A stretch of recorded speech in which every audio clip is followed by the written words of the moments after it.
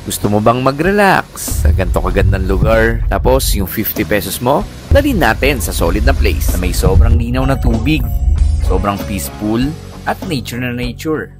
At di mo kailangan gumastos ng malaki para sa peace of mind mo. Dahil ang lugar na pupuntahan natin ngayon ay minsan na ding naging summer capital ng Pilipinas. Dahil dito, mura at maraming falls na pwedeng liguan at may mga ilog na pwedeng pasyalan. Na 2.5 hours away lang sa Metro Manila ay mararating mo na.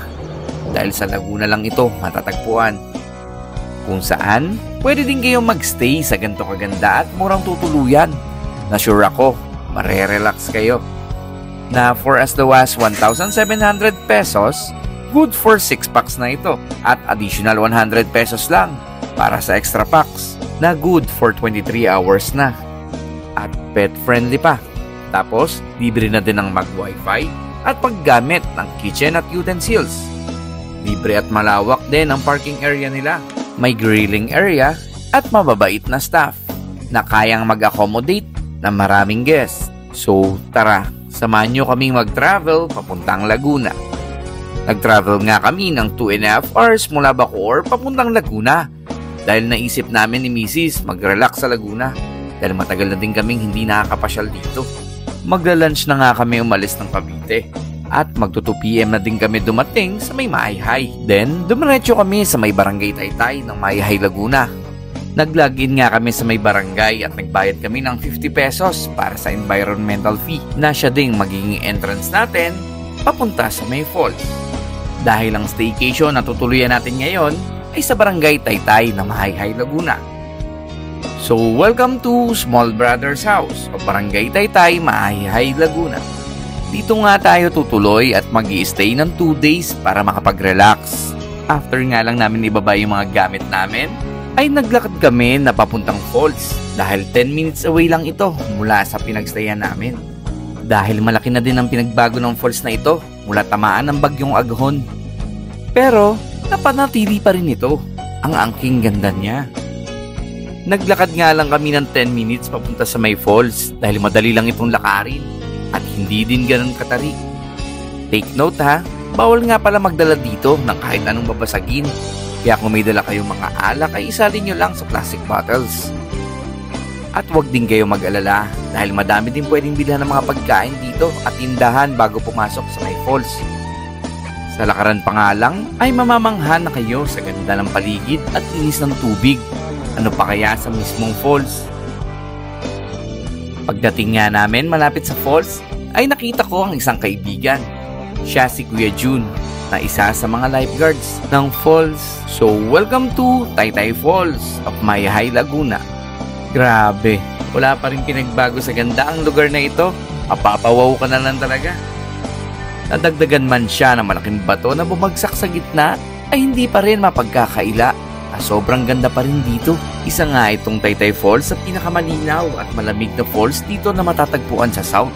Pero isa din ito sa nakaka-relax sa falls pag napaliguan mo. Libre nga lang pumwesto dito kahit mag-gedli-gedli ka lang. Wala itong bayad kahit magdala ka ng sarili mong tent. Libre lang ito. Ang may bayad lang ay kung ihiram ka sa kanila ng mesa. 150 pesos ito to 200 pesos. At ang tent rental naman ay 400 pesos. Maghapon na ito. Sa ngayon, bawal pa rin mag-overnight dito sa may falls. Kaya kailangan mo ng staycation na tutulugan kung gusto mo dito mag-overnight sa Mayayhay. Sobrang enjoy nga ng mga tao dito. Dahil sobrang nakaka-relax naman talaga dito. May mga malakasang kainan pa nga dito. Then after namin maligo sa falls, ay bumalik na din kami sa pinagstayan namin. Libre nga lang din ang paggamit ng towel dito. At may hot and cold shower na din sila. Then after, kumain na din kami ng dinner na niluto namin. Dahil libre lang din ang gumamit ng kitchen at utensils dito. Kumpleto na nga din sila dito ng gamit na lutuan. May rice cooker, may ref, at may pa-videoke pa. Kaya na-enjoy talaga namin ang gabi. Aircon room nga pala ang in-avail namin. Ang pinakamababa ay 2,500 lang. Good for 6 packs na ito.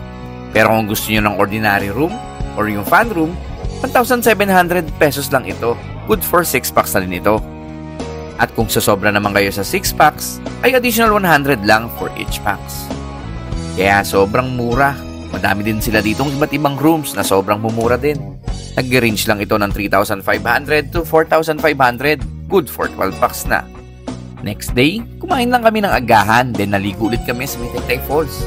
Doon na nga din kami nagkape ni Mrs. para mas solid. Tapos, this time, sa baba naman kami nag-try maligo. Sobrang solid nga din talaga dito, kahit saan ka magpwesto. Then after, tinry din namin maghanap ng liguan dito sa may Mayhay at nag-drive kami ng 10 minutes. At dito, nakita naman namin yung Malinaw Resort, kung saan 20 pesos lang ang entrance fee dito. Sobrang panalo nga din dito dahil tabing kalsada lang ito. Kaya for sure, ma-enjoy mo din dito maligo. Sa sobrang budget-friendly nga nitong lugar na ito, ay isa ito sa mga dinadayong paliguan sa Mayhay. Then after, dumiretso naman kami sa isa pang falls sa Barangay Piit. 3 kilometers away nga lang ito from Malinaw Resort. Dito nga pala kami nag-entry sa may Dalitawan Bridge para hindi na kami kailangan mag-hike ng 20 to 30 minutes. Lalo at matarik yung 100 na pwedeng daanan kung sa may Barangay Hall banda ng Piit kayo mag-entry. Kasi dito sa dadaanan natin ay mas madali ang access.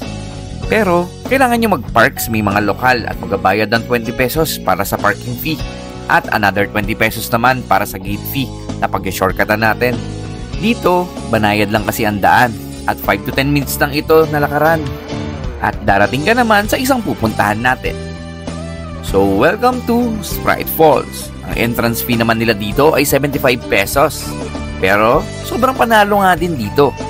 Panalo nga dito lumangoy-langoy at ang tubig sobrang refreshing dahil galing mismo ang tubig na ito sa may bukal na kung tawagin ay Mangulila. Sobrang may-enjoy nyo nga maligo dito dahil napaka-instagrammable pa ng lugar na ito. Sobrang panalo nga ng stay namin dito sa may Mayhay. Sobrang na-relax kami. Sa dami ba naman na magandang pwede mong puntahan dito sa may Mayhay. Dahil ang Mayhay ay nasa paanan lang din ng Mount Banahaw. Kaya kung naghahanap ka na malapit na pwedeng pagrelaksan, for sure win ka dito sa Mayhay. At kung nabiting ka pa sa gala mo, ay pwede ka pang mag-side trip sa may Lokban. Dahil 15 minutes away lang ito sa kamay ni Jesus.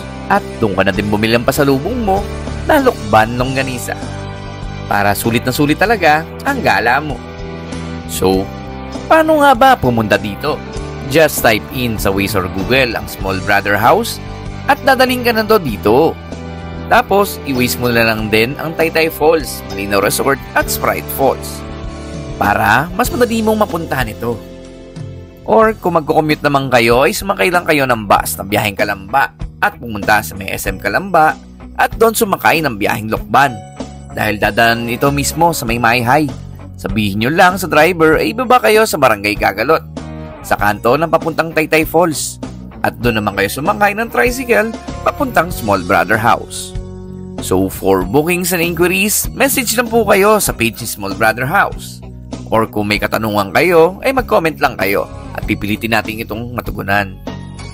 So for more gala and travels, just follow us, Lakocheron Technician, for more. And God bless.